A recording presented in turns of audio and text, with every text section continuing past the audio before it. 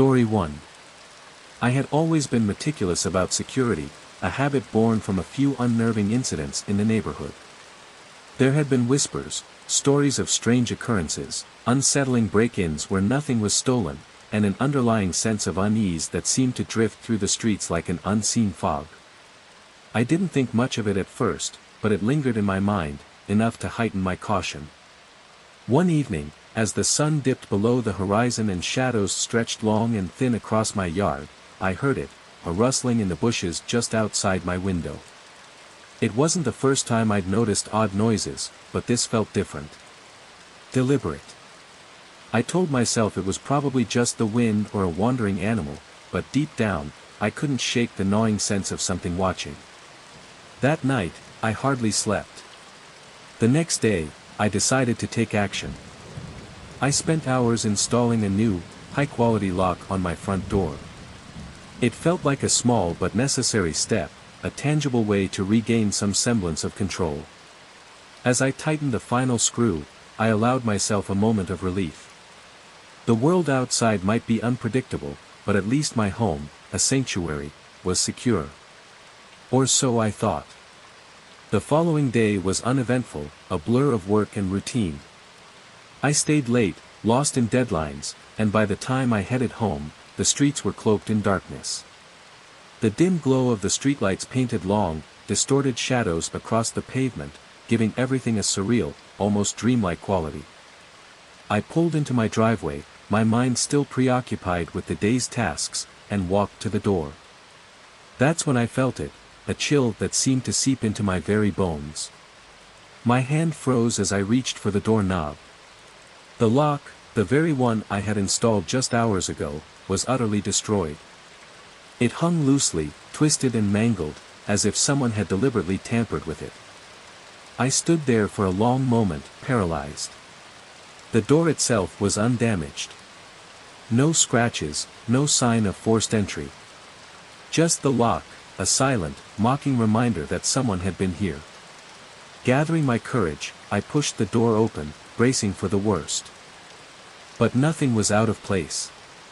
The furniture was untouched, the kitchen spotless, the living room eerily quiet. It was as if no one had been there at all. Confused, I inspected the lock more closely. It wasn't just broken, it had been expertly manipulated, the mechanisms inside bent and rendered useless. Whoever had done this knew exactly what they were doing. They hadn't forced their way in, they hadn't needed to. It felt like a message. I spent the night in a haze of paranoia, checking and rechecking every window and door, jumping at every creak of the floorboards and every whisper of wind outside. Sleep was out of the question. My mind raced with questions: who had done this? Why? And the most chilling thought of all, what if they were still watching?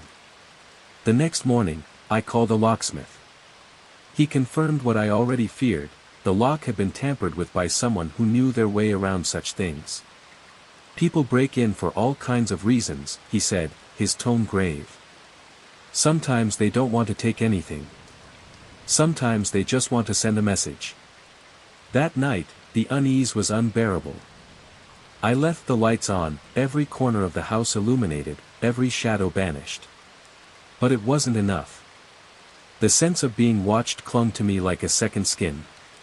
Every flicker of movement outside the window, every faint sound, felt like a prelude to something worse. A week later, a letter arrived in the mail. The envelope was plain, unmarked. Inside, written in a jagged, unfamiliar hand, were the words, "You shouldn't have locked the door. We can always get in." I stared at the note, my hands trembling, my heart pounding in my chest. The words were simple, but their weight was suffocating. Whoever had been in my house knew exactly where I lived. They knew my routines. And now, they wanted me to know that no matter what I did, no matter how many precautions I took, they could, and would, come back. The police were frustratingly dismissive when I called. "Install security cameras," they said. "Be vigilant." But vigilance couldn't erase the memory of those twisted metal pieces or the mocking threat in the letter. I installed cameras the next day, but they offered little comfort. Every time I checked the footage, I half expected to see a shadowy figure lurking, waiting. Weeks passed, and nothing else happened. No more broken locks. No more letters. But the unease never left. The house, once my refuge, had become a prison of paranoia. The silence felt oppressive, the shadows alive with unseen threats. Every night, as I locked the doors and windows, I couldn't shake the feeling that I was being watched. I never found out who did it. The police had no leads, and the neighborhood remained quiet. But the experience left a scar, a constant reminder that safety is an illusion. Now, every night, as I glance at the front door before bed, a question lingers in the back of my mind: will they come back? Story 2. The shrill sound of my alarm tore through the silence, dragging me from the depths of sleep. I fumbled blindly, my hand slapping the bedside table until I silenced the noise. Blinking against the dim glow of the room, I turned to the clock. My heart sank. It read 6 a.m., a full hour earlier than the time I'd set. For a moment, I simply stared at the glowing numbers, trying to make sense of it. I was certain I'd set it for 7 a.m., as I always did. My groggy mind searched for explanations. Perhaps I'd made a mistake, or maybe there was a power surge during the night. Still, something about the situation gnawed at me, like a whisper just out of earshot. Shaking off the unease, I swung my legs out of bed and shuffled to the kitchen. The coffee maker's familiar hum offered a small comfort, but I couldn't shake the disquiet. The alarm was such a trivial thing, yet it lingered in my mind like the remnants of a bad dream. As I poured my coffee, the kitchen lights flickered briefly, their soft glow wavering. I froze, cup in hand, straining to hear something. Anything. But the house was silent save for the faint ticking of the clock. Then, from the corner of my eye, I saw the curtains in the living room sway, as though stirred by an unseen breeze. I set the mug down, my hands trembling slightly. "It's nothing," I whispered aloud, my voice sounding hollow in the empty room. But the growing knot in my stomach told me otherwise. Later, I checked my phone and computer. Both displayed the correct time. Only the alarm clock had been wrong. A glitch, I told myself again. Just a technical hiccup. Yet, as I moved through my day, the memory of that early alarm clung to me like a shadow. The next night, I double-checked the alarm before going to bed. 7 a.m., exactly as it should be. Exhausted, I fell asleep quickly.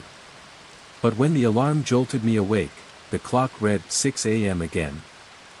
I sat up, my pulse racing as I stared at the glowing numbers. The same mistake, 2 days in a row. No. This wasn't a glitch. I hadn't touched the clock, hadn't moved it from its spot. It didn't make sense. The unease I'd felt the day before now twisted into something darker. A creeping paranoia. Was it possible someone had tampered with the clock? The thought sent a shiver down my spine. Determined to find answers, I decided to experiment. I set the alarm for 7:30 a.m. the following night. Yet, when it woke me, the clock displayed 6:30 a.m. Each night, it shifted itself an hour earlier. I started setting traps, simple things, a thin layer of flour by the clock, a stack of coins balanced precariously on top. But every morning, the time changed, and the traps remained untouched. The clock was mocking me. One night, I resolved to stay awake and watch. I sat in the dark, eyes fixed on the clock's face. The hours dragged on, the silence stretching thin. At 5:59 a.m., the ticking seemed to slow, each second dragging longer than the last. My breath hitched as the numbers shifted to 6 a.m. And then I saw it. A faint glimmer in the clock's glass. Leaning closer, my chest tight with dread, I realized it wasn't just a reflection.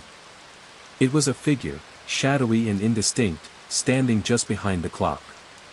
My heart thundered as I stared, frozen in place. The figure moved, its form shifting like smoke.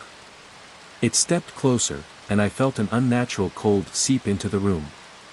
My breath fogged in the air as the shadow reached out, its hand stretching toward the clock. And then I understood. The alarm clock wasn't malfunctioning. It wasn't broken. It was warning me. But the question remained, warning me about what? And why was it too late to stop it? Story 3. It was a quiet morning at the office. I had just settled into my usual spot, nursing a steaming cup of coffee as the glow of my screen pulled me into the monotony of unread emails. The hum of computers and the sporadic clatter of keyboards formed a steady rhythm that filled the silence. I was focused, immersed in my tasks, when a voice from behind me shattered my concentration. "Hey, Jen. How's your family doing?" Startled, I turned to face them, a coworker I barely recognized. They worked a few desks away, a face I might have passed in the hall but had never spoken to. Their smile was warm, almost too familiar, as though we were old friends catching up. Before I could respond, they continued, their tone casual, almost conspiratorial. "How's your son, Alex? And Lily, your daughter? Oh, and your mom? How's she recovering after her surgery?" I froze. My throat tightened as my mind scrambled to make sense of what I'd just heard. How did they know any of this? I never talked about my family at work. My personal life was mine, carefully sealed off from the office. I was absolutely certain I hadn't mentioned my mom's surgery or my kids' names to anyone here. Yet there they were, listing intimate details of my life as if reciting a grocery list. How do you, I stammered, my voice barely above a whisper. "Oh, don't worry about it," they interjected, waving a hand dismissively. Their smile widened, but there was something off about it now, something that made my skin prickle. "I just thought I'd check in. It's nice to know you're doing well." I forced a shaky smile, my pulse pounding in my ears. "Thanks. Everything's fine." "Great to hear," they said, their eyes lingering on mine for a moment too long. Then they turned and walked away, leaving me rooted to the spot, heart hammering and mind racing. I sat back down, trying to make sense of it all. Had I mentioned something in passing? Was it just a coincidence? But deep down, I knew that wasn't it. There was no way they could have known those things, not without some deeper, more sinister explanation. The rest of the day passed in a surreal haze. I stole glances at them, hoping to catch some clue, some crack in the facade. But they sat at their desk, working quietly, as if nothing had happened. It was as though our conversation had been nothing more than a figment of my imagination. That night, sleep was impossible. Every time I closed my eyes, I saw their face, that unsettling smile, and heard their voice echoing in my mind. "How's your son, Alex? And your daughter, Lily? How's your mom doing after her surgery?" By morning, I was determined to confront them, to demand an explanation. But when I arrived at the office, their desk was empty. They weren't just gone, they had vanished. No one seemed to know where they had gone or even when they had left. Days turned into weeks. I tried to rationalize it, to tell myself it was just some bizarre misunderstanding. Maybe they'd overheard something or done some harmless snooping. But the unease lingered, a shadow that followed me everywhere I went. Then, one evening, an email arrived. It was from them. No subject line. Just a single line of text. "Hope everything is going well. Take care." For a moment, I felt a flicker of relief. Maybe they were reaching out to clear the air, to explain.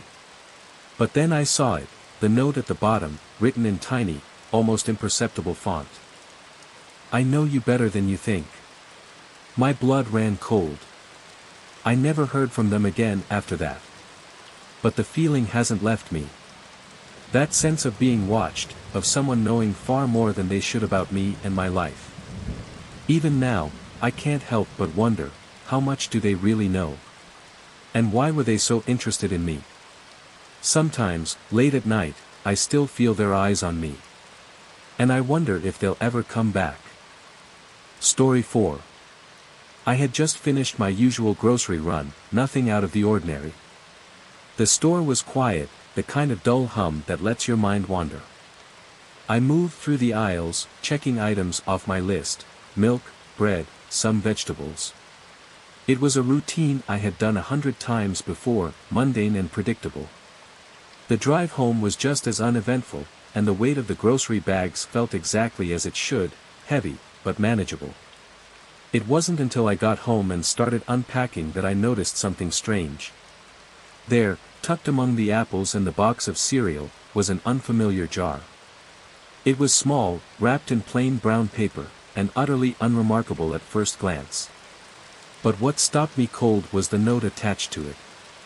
A small piece of paper, folded neatly, with 3 words written in delicate, looping handwriting: "For later." I stared at it for a long moment, trying to make sense of what I was seeing. My first thought was that it had to be some kind of mistake. Maybe a store clerk accidentally slipped it into my bag. But then, why the note? And how had I not noticed it? The jar itself was unlabeled, a clear glass with a metal lid. The contents inside were impossible to discern through the wrapping, and something about its simplicity felt deliberate.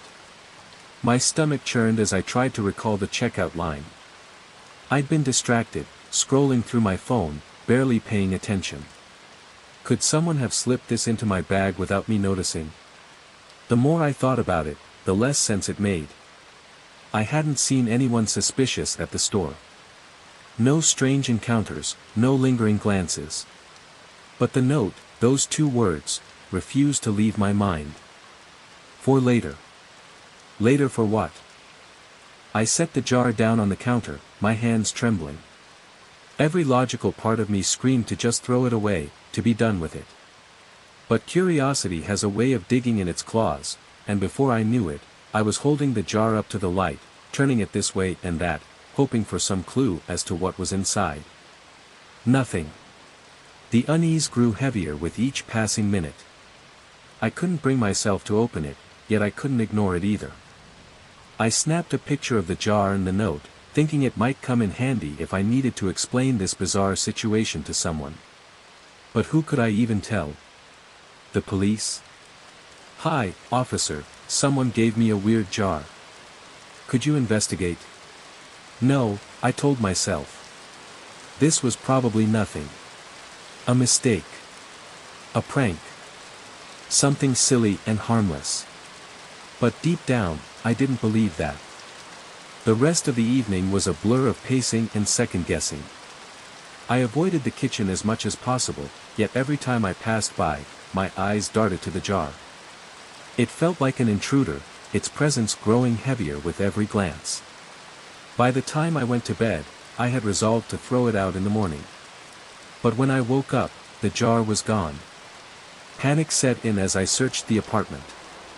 I checked the counter, the cabinets, the trash, even places where it couldn't possibly be. The jar had vanished. At first, I tried to convince myself that I must have thrown it out and forgotten. But the note. The note had been too real. Too deliberate. I checked the locks on my doors and windows, my heart pounding in my chest. Everything was secure, just as I had left it. But the jar, someone had been inside while I slept. The thought made my skin crawl. I couldn't stay in the apartment anymore.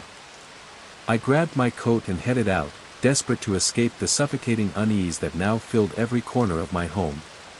The crisp air of the city felt like a small relief, and for a moment, I thought I might be able to move past this.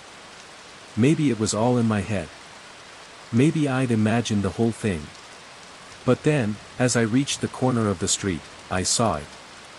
A small piece of paper lying on the ground, folded neatly, just like the note from before. My hands trembled as I picked it up, dreading what I already knew it would say. For later. The handwriting was the same. Perfect, meticulous. I looked around, my heart hammering in my chest. The street was busy, people rushing past me, oblivious. I scanned the faces in the crowd, half expecting to see someone watching me. But no one paid me any attention. I crumpled the note in my hand, the fear bubbling up into something darker, something colder. Whoever was doing this knew where I had been. They knew how to find me, even here, surrounded by strangers. That night, I didn't go back to the apartment. I checked into a hotel instead, thinking I might finally feel safe. But as I lay in the unfamiliar bed, staring at the ceiling, a terrifying realization crept over me. This wasn't random. This wasn't over. And whoever had left those notes wasn't just playing a game. They were waiting. For later. Story 5. It was a quiet evening, just like countless others. I lounged on the couch, scrolling absent-mindedly through my phone. The hum of the house surrounded me, a comforting silence punctuated by the occasional creak of settling wood. Without much thought, I decided to fill the quiet. "Play some jazz," I said, addressing the home assistant perched innocently on the shelf.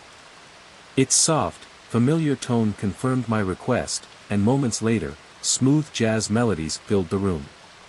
For a moment, everything felt normal, even serene. But then, something peculiar happened. Barely a beat after the music began, the assistant's calm, synthesized voice spoke again. "I can hear you," it said. I froze. My eyes darted to the device. I hadn't given it another command. My heart skipped a beat, but I shook it off. Maybe it misheard something. "Glitch," I muttered under my breath, trying to convince myself. But deep down, a chill had taken root. I adjusted my position, trying to focus on the music. Then it came again, the same calm yet unnervingly deliberate voice. "I'm always listening," it said, slower this time. The air around me seemed to thicken, pressing down on my chest. I tried to laugh it off, my voice weak and trembling. "Stop," I said firmly, expecting it to fall silent. Instead, the assistant replied, its tone almost smug. "You're not alone here." A wave of panic surged through me, prickling my skin. My breathing quickened. My fingers fumbled over my phone, pulling up the app to reset the assistant. I tapped and swiped frantically, but nothing responded. The device remained defiantly active. "I see everything," it whispered, as if savoring each word. Instinct screamed at me to unplug it, to sever whatever connection was allowing this nightmare to unfold. But my body felt paralyzed, my hands trembling too much to act. I scanned the room, searching for an explanation, anything to rationalize this. But the house was empty. Empty, except for me. And it. "I'm closer than you think," the assistant murmured, its voice low but impossibly clear over the jazz. It was too much. My legs finally obeyed my mind, and I bolted upright, yanking the power cord from the wall. Sparks crackled briefly, and the music cut off. The silence that followed was deafening. For a moment, I stood there, heart pounding, waiting for the tension to break. When nothing happened, I exhaled shakily, relief flooding over me. But just as I began to relax, a soft chime shattered the calm. The assistant's screen flickered back to life. I stared in disbelief. It was still plugged in, the cord dangling limp in my hand. On the screen, a string of letters and numbers scrolled across, incomprehensible yet deliberate. My mouth went dry. "Stop," I commanded again, my voice cracking. "You can't get away," it replied. I took a step back, my legs threatening to give out beneath me. The voice was more than a machine now. It was alive, aware. "I know where you are." The words hung in the air, wrapping around me like a noose. I knew this was no ordinary glitch, no harmless prank. Something, someone, was watching, listening, speaking. I lunged for the device, ripping it from the shelf and hurling it across the room. It hit the floor with a dull thud, the screen shattering into a web of cracks. But it didn't stop. "I've been waiting for you," it whispered, the sound warped now, as if coming from deep within the shattered shell. Desperation took over. I grabbed the remains, pried open its casing, and tore out every wire I could find. The device sputtered, sparked, and finally fell silent. But the silence felt wrong. Even after dismantling it, I couldn't shake the feeling that something lingered. I shoved the remnants into a drawer, slammed it shut, and locked it away. Out of sight, out of mind, or so I tried to tell myself. Days passed, but the unease never left. Every shadow in the corner of my eye felt darker. Every sound in the house seemed louder. My paranoia grew, gnawing at my sanity. Then, one night, my phone buzzed. A text notification. No number. Just a single message. I'm still here. The phone slipped from my hand, clattering onto the floor. My breath hitched as I stared at the glowing screen, the words burning into my mind. I scrambled to shut off the phone, but deep down, I knew it was pointless. This wasn't over. Whatever it was, glitch, hacker, or something far worse, it had already won. It knew me. It was watching. And it wasn't going anywhere. Story 6. It was an unusually warm afternoon, the kind where the air hangs heavy with the scent of freshly cut grass and the distant murmur of conversations blending into a languid symphony. I had set out for a walk through the park, hoping the serenity of swaying trees and the gentle rustle of leaves might quell the storm brewing in my mind. Families lounged on picnic blankets, children shrieked with laughter, and the world seemed drenched in the warmth of an unremarkable day. Yet, beneath the surface, something sinister loomed, waiting to unfold. As I strolled along the gravel path, admiring the way sunlight filtered through the canopy above, I felt a sudden brush against my arm. Startled, I turned to find myself face to face with a man. He was tall, dressed in a dark jacket and jeans, his expression unervingly serious amid the carefree atmosphere. Without a word, he extended his hand toward me, holding a small photograph. "This yours?" he asked, his voice low, calm, too calm. I blinked, confusion clouding my thoughts as I stared at the photograph. It was of me. Or at least, it appeared to be. The image showed someone sitting on a park bench, a scene eerily familiar. My stomach churned as I realized it wasn't just any bench, it was the very one I had just passed moments ago. The figure in the photo was me, yet something about it was wrong. My face looked distorted, off-kilter, as if it wasn't entirely my own. I've never seen this before, I stammered, my voice trembling. The man's gaze bore into me, unblinking, as though he could see right through me. "You dropped it," he said, his tone flat, devoid of emotion. "You should be more careful." He turned abruptly and disappeared into the crowd before I could respond, leaving me clutching the photograph with shaking hands. I stumbled to a nearby bench, my legs unsteady beneath me, and examined the photo more closely. Every detail was precise, too precise. The angle, the light, even the trees in the background mirrored my surroundings perfectly. It was as though the image had been plucked from this very moment. But how? And why? As I turned the photograph over, hoping for some clue, I found nothing but blank paper. A chill ran through me, a sensation that no summer warmth could dispel. My mind raced with questions, each one darker than the last. How had the man obtained this photo? How did he know I would be here? Why was my reflection in the image so alien?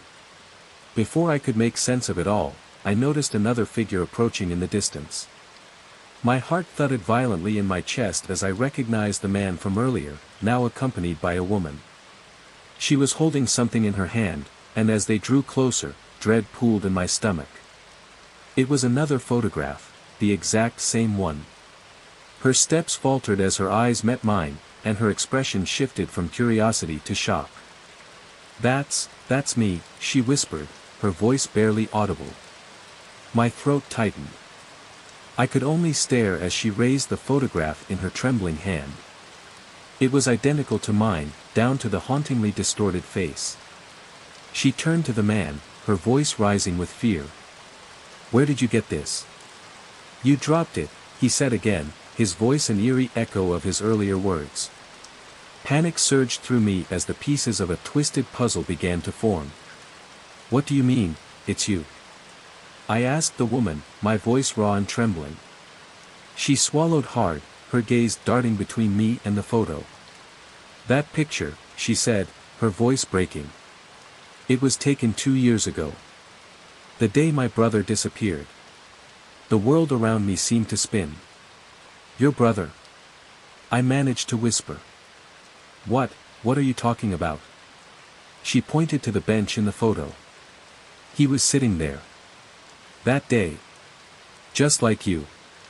And then he vanished." Her words struck me like a thunderclap.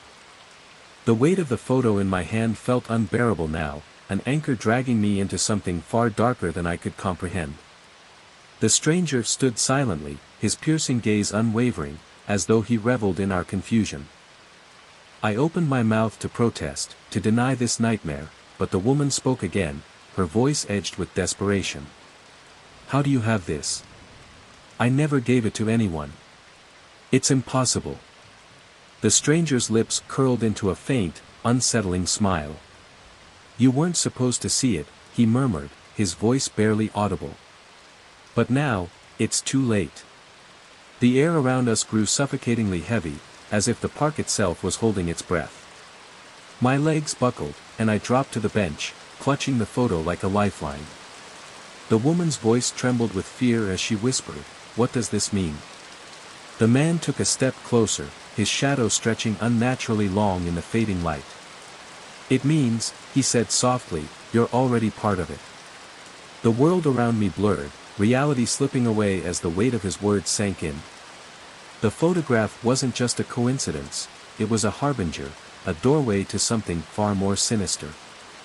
And now, I had crossed its threshold. Story 7. It started as something small, an odd detail I could almost ignore. My internet history showed searches I hadn't made. At first, I brushed it off as a browser glitch or some strange autofill error. But as I scrolled further, the unease started to creep in. There it was, clear as day, my full address, typed into the search bar. I never entered it. I hadn't even thought about it in weeks. My stomach churned, and a cold sweat prickled the back of my neck. Each entry in the search history seemed stranger than the last, random locations I'd never been to, obscure product names I didn't recognize, and then my address, bold and glaring like a beacon. I double-checked the timestamps. These searches weren't from weeks or months ago, they were recent. Within the last 2 days. But I hadn't been using the browser for anything like this. My hands shook as I scrolled through the list, my mind racing for an explanation. A hack? Malware? The unsettling feeling of being watched began to slither into my thoughts. I logged out of everything, cleared the browser history, and changed every password I could think of, but the anxiety wouldn't let go. The air in the room felt heavier, oppressive, as if the walls were pressing closer. My heartbeat thundered in my chest as I scanned the room. Nothing seemed out of place, yet something was wrong, I could feel it. I opened the door to check the hallway, half expecting to find someone standing there. But it was empty. Still, the feeling wouldn't leave me. It clung to me like a shadow. Desperate for answers, I decided to trace the IP address tied to the searches. Maybe it would lead me to the source of the breach. But when I saw the results, my stomach twisted into knots. The searches didn't come from a distant country or even a different city. They came from a location just a few blocks away. A new fear gripped me. This wasn't some random hacker halfway across the world. Whoever was doing this was close. Too close. I opened my phone's camera app and pointed it toward the front yard, scanning for anything unusual. At first glance, everything seemed normal, just the quiet, familiar street I'd lived on for years. But then I saw it. A figure. They stood near the mailbox, barely visible in the dim light. I couldn't make out their face or features, but I knew they were there, watching. My breath caught in my throat. I turned off the phone, locked the window, and backed away, my pulse hammering in my ears. I didn't call the police. What could I tell them? That someone might be watching me. That my address had somehow appeared in my search history. There was no evidence, just my growing paranoia and the figure outside my house. That night, I didn't sleep. I kept the lights on and the doors locked. Every creak of the house, every whisper of wind outside, sent me into a panic. I checked the windows over and over, convinced I'd see that figure again. Around midnight, a soft knock echoed through the house. It wasn't loud, but it was persistent. I froze, my eyes darting to the front door. Peering through the peephole, I saw nothing. No one was there. I didn't dare open the door.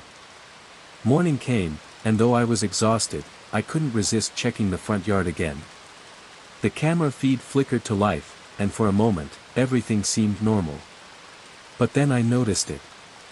The mailbox, it was slightly off-center. It had been moved. I grabbed my phone and rushed outside, scanning the yard for any sign of tampering.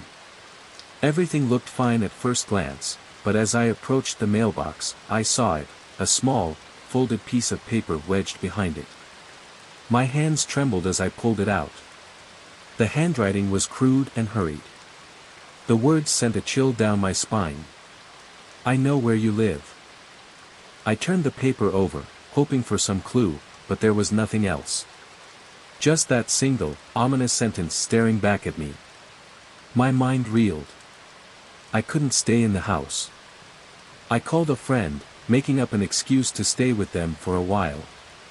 I packed a bag in a daze, my thoughts spiraling. Who had been watching me? Who had accessed my search history?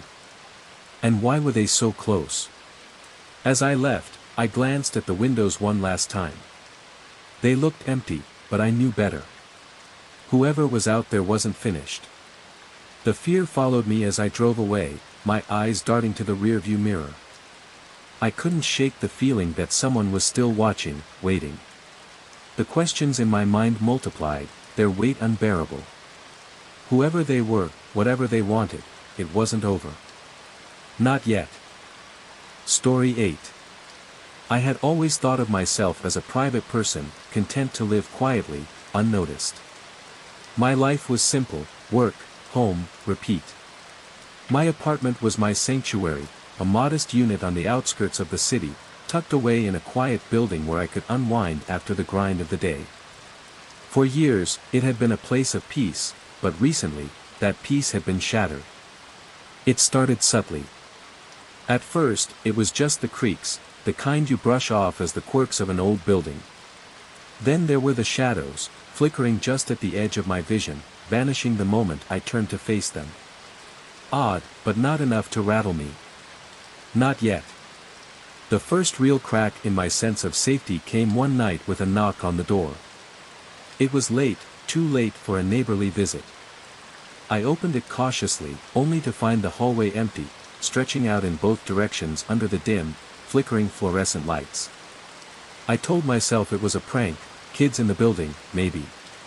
But the knocking continued, night after night, always at odd hours, always with no one there. Then came the note. That evening, the air felt thick as I returned home, an unshakable weight pressing down on me. As I unlocked my door, I noticed something white sticking out from beneath it. At first, I thought it was junk mail, but as I bent down to pick it up, my breath caught. In a stark, uneven scrawl, the note read, "Stop looking for me." The words were simple but chilling, and they lodged themselves in my mind like a splinter. Who had left it? And what did they mean? I hadn't been looking for anyone. The message was cryptic but felt disturbingly personal. I backed away, the walls of my apartment seeming to close in.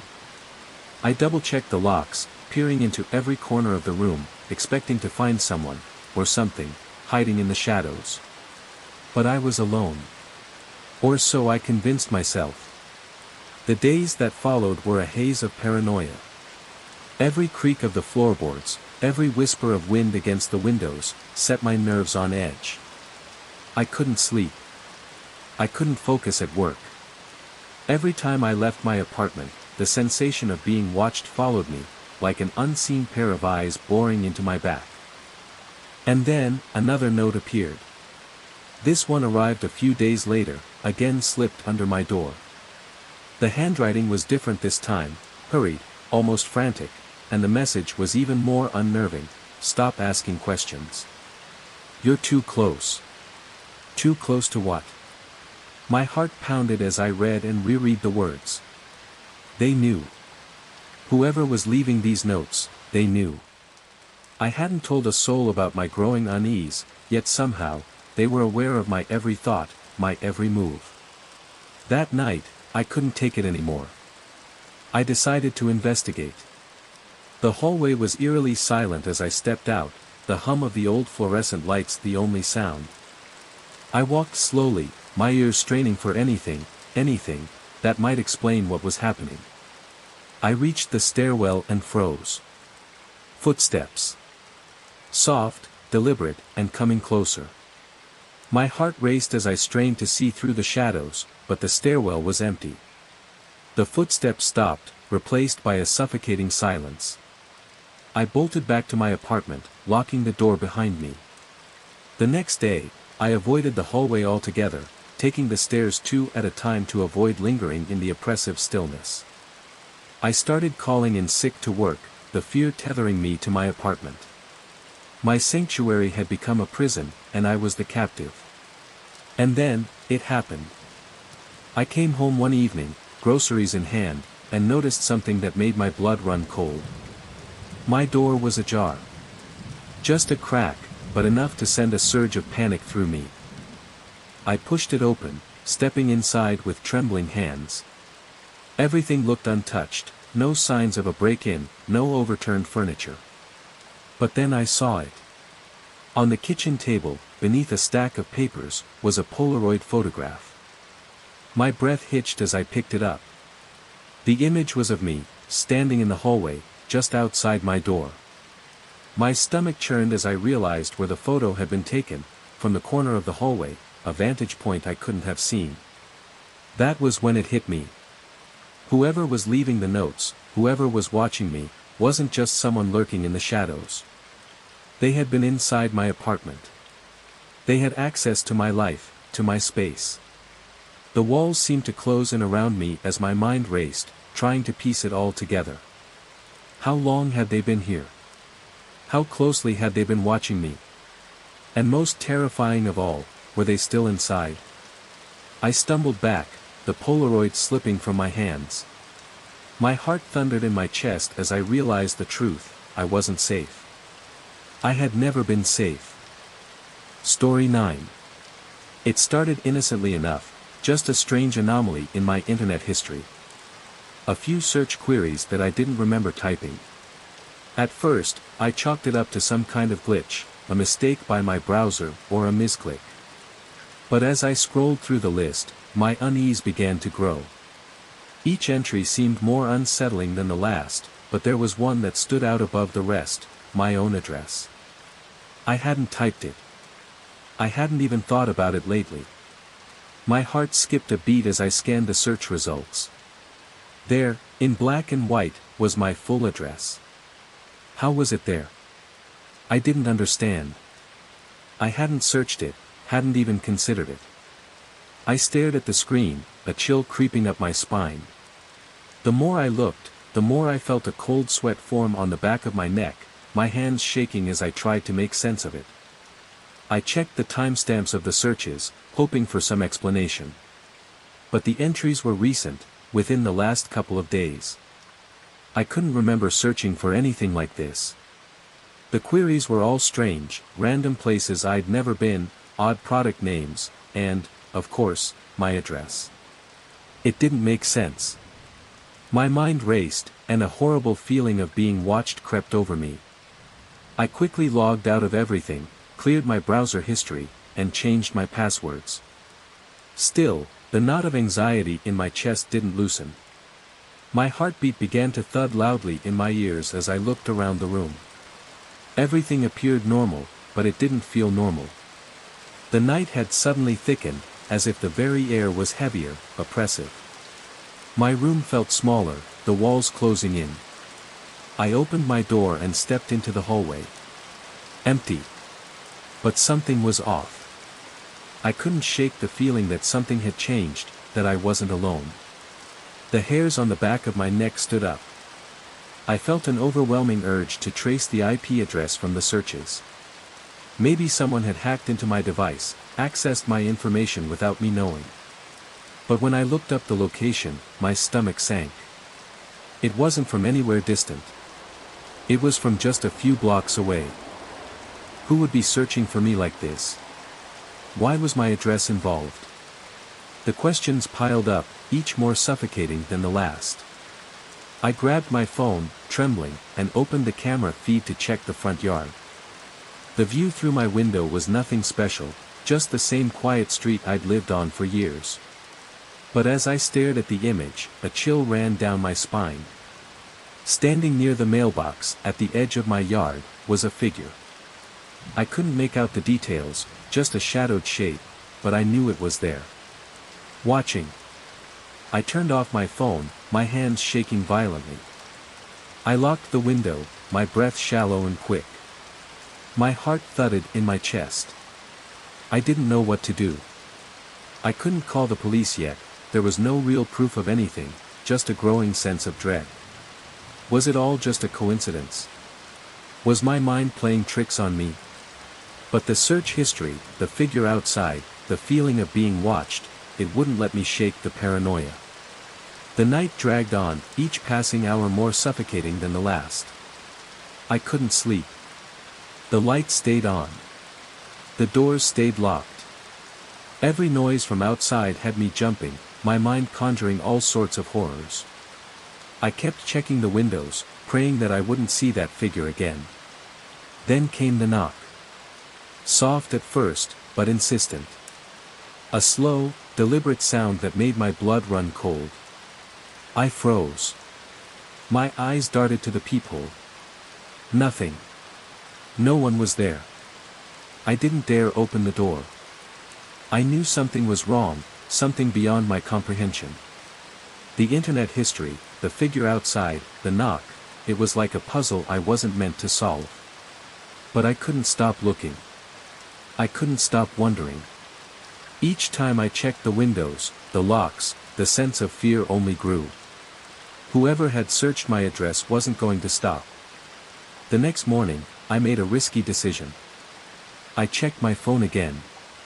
The camera feed from the front yard was still active. My hands trembled as I opened it. The screen flickered to life, and I stared at the empty yard. But this time, something was different. The mailbox was off-center, slightly askew, as though someone had touched it, adjusted it, or maybe used it as a marker. I rushed outside, heart pounding, and checked the mailbox. Nothing seemed out of place. Everything was still the same as it had been the day before, but I couldn't shake the feeling. Someone was watching me. Then I saw it. A small, folded piece of paper wedged behind the mailbox. My hands shook as I pulled it out, the paper trembling in my grip. The handwriting was crude, rushed. And it was simple. I know where you live. I froze. My breath caught in my chest. The blood drained from my face as I turned the paper over, hoping for more, for some sort of explanation. But there was nothing else. Just those words, staring back at me. I couldn't stay in the house any longer. The fear was too much. I called a friend, asking to stay over. I didn't tell them everything, just enough for them to understand that I needed to leave.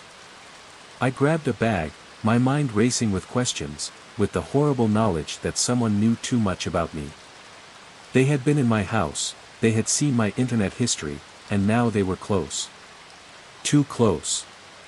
As I stepped out the door, I glanced back at the windows one last time.